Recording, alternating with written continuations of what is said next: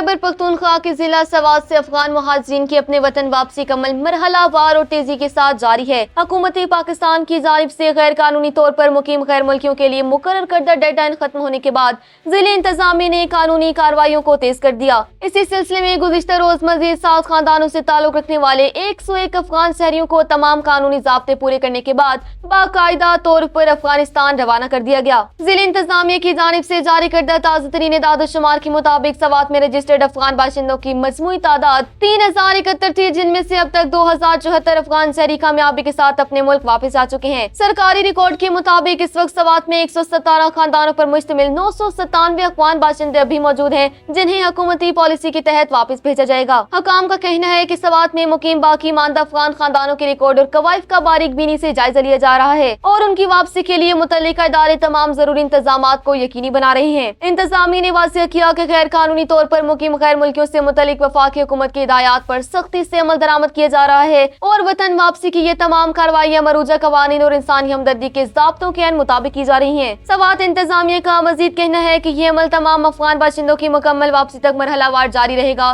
और इस सिलसिले में सिक्योरिटी और ट्रांसपोर्ट के फुल प्रूफ इंतजाम किए गए हैं।